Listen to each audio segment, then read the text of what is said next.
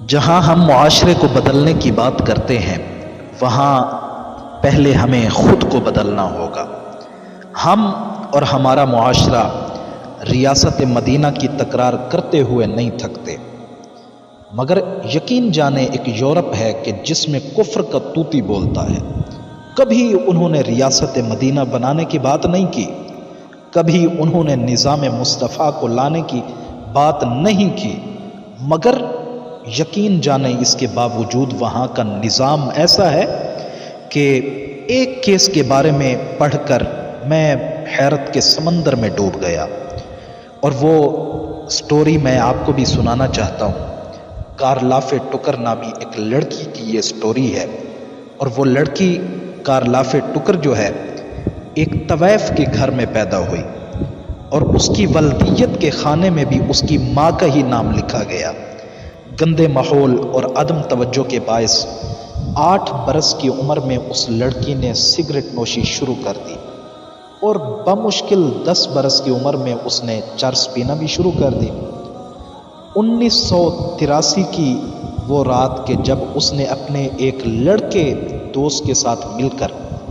ایک جوڑے سے موٹر سائیکل چھیننے کی کوشش کی، اور اس جھڑپ کے دوران وہ اس جوڑے کو انہوں نے قتل کر دیا اور قتل کر کے فرار ہو گئے۔ مگر وہاں کا نظام کیسا ہے کہ چند ہی ہفتوں میں پولیس نے ان دونوں کو گرفتار کر لیا۔ مقدمہ چلا اور وہاں کا ایک شہر ہے ٹیکساس، وہاں کی عدالت نے دونوں کو سزائے موت سنا دی، جس کے بعد اپیلوں کا ایک طویل ترین سلسلہ شروع ہو گیا، مگر فیصلہ اپنی جگہ پر برقرار رہا۔ اور اسی فیصلے کے دوران، اسی کیس کے دوران، ان اپیلوں کے دوران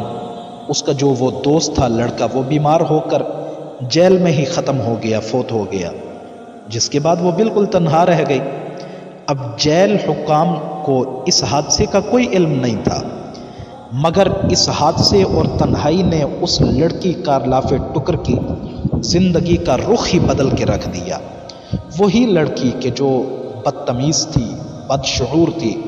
وہی لڑکی جو بات بات پر جیل انتظامیہ کو ننگی گالیاں دیا کرتی تھی، وہ اچانک ایسی بدلی کہ اس نے اب اپنا زیادہ تر وقت بائبل کے مطالعے میں گزارنے میں لگا دیا۔ وہی نشئی عورت جو ہر وقت سگریٹ اور شراب کا مطالبہ کرتی رہتی تھی، اب زیادہ تر روزے سے رہنے لگی، اور اب خدا اور مسیح کے سوا، کہ جس کو وہ اپنا خدا کا بیٹا مانتے ہیں معاذ اللہ، حضرت عیسیٰ علیہ السلام کو، ان دونوں کے سوا کسی چیز کا نام تک نہیں لیتی تھی۔ وہ ایک طویف زادی اور قاتلہ کی جگہ مبلغہ بن گئی، اور ایک ایسی مبلغہ کہ جس کے ایک ایک لفظ میں تاثیر تھی۔ اس نے تبلیغ کو ہی اپنی زندگی کا نصب العین بنا لیا۔ اس کی اس بدلی ہوئی شخصیت کی مہک جب جیل سے باہر پہنچی تو اخبارات کے رپورٹر جیل پر ٹوٹ پڑے، اور امریکہ کی معاشرتی زندگی میں ایک دفعہ بھونچال سا آ گیا، یہاں تک کہ پوپ جان پال، جو کہ اس وقت امریکہ کا سب سے بڑا مذہبی پیشوا تھا، اس نے بھی زندگی میں پہلی بار عدالت میں قدم رکھا اور کسی قاتلہ کی سزا کی معافی کی درخواست پیش کی۔ سزائے موت سے 15 روز قبل جب لیری کنگ نامور صحافی تھا وہاں کا، اس نے جیل میں جا کر کارلاف ٹکر کا انٹرویو کیا تو دنیا نے ٹی وی کی سکرین پر ایک مطمئن اور مسرور چہرہ دیکھا جو پورے اطمینان سے ہر سوال کا جواب دے رہا تھا۔ لیری نے پوچھا، کارلاف ٹکر، کیا تمہیں موت کا خوف محسوس نہیں ہوتا؟ ٹکر نے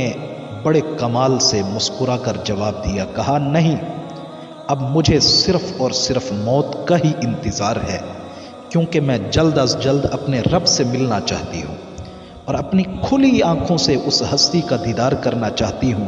کہ جس نے میرے اس وجود کو بنایا، جس نے میری ساری شخصیت ہی بدل کے رکھ دی۔ انٹرویو نشر ہونے کے دوسرے روز ہی پورے امریکہ نے کہا، نہیں نہیں، یہ وہ ٹکر نہیں جس نے 2 معصوم شہریوں کو قتل کیا تھا۔ ارے دیکھو، یہ تو ایک فرشتہ صفت لڑکی ہے، جو صدیوں بعد پیدا ہوتا ہے۔ فرشتوں کو سزائے موت دینا انصاف نہیں، ظلم ہے۔ اب پورا امریکہ نکل پڑا، اس کے لیے احتجاج شروع ہوئے۔ رحم کی appeal Texas board of pardon and payroll کے سامنے پیش ہوئی۔ 18 رکنی بورڈ نے کیس سننے کی تاریخ دی تو 2 ممبروں نے چھٹی کی درخواست دے دی، اور باقی جو 16 ممبران تھے انہوں نے اس کی سزا معاف کرنے سے انکار کر دیا۔ بورڈ کا یہ فیصلہ سن کر عوام سڑکوں پر آ گئے اور کارلافے ٹکر کی درخواست لے کر ٹیکساس کے اس وقت کے گورنر، جو کہ جارج بش تھا، جو صدر بھی رہا ہے امریکہ کا مگر ان دنوں وہ گورنر تھا، اس کے پاس پہنچ گئے۔ اور امریکہ کے معزز ترین پادری جیسی جیکسن نے بھی ٹکر کی حمایت کی، مگر گورنر نے درخواست سنی۔ جیسی جیکسن اور ہجوم سے اظہار ہمدردی کیا، مگر آخر میں یہ کہہ کر معذرت کر لی کہ مجھے قانون پر عمل کرنے کے لیے گورنر بنایا گیا ہے اور عمل کرانے کے لیے گورنر بنایا گیا ہے، نہ کہ مجرموں کو معاف کرنے کے لیے۔ اور پھر اس نے ایک تاریخ ساز جملہ بولا،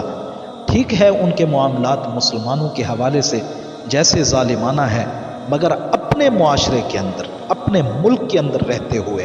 اس نے بڑا تاریخ ساز جملہ بولا۔ اس نے کہا اگر یہ جرم فرشتے سے بھی سرزد ہوتا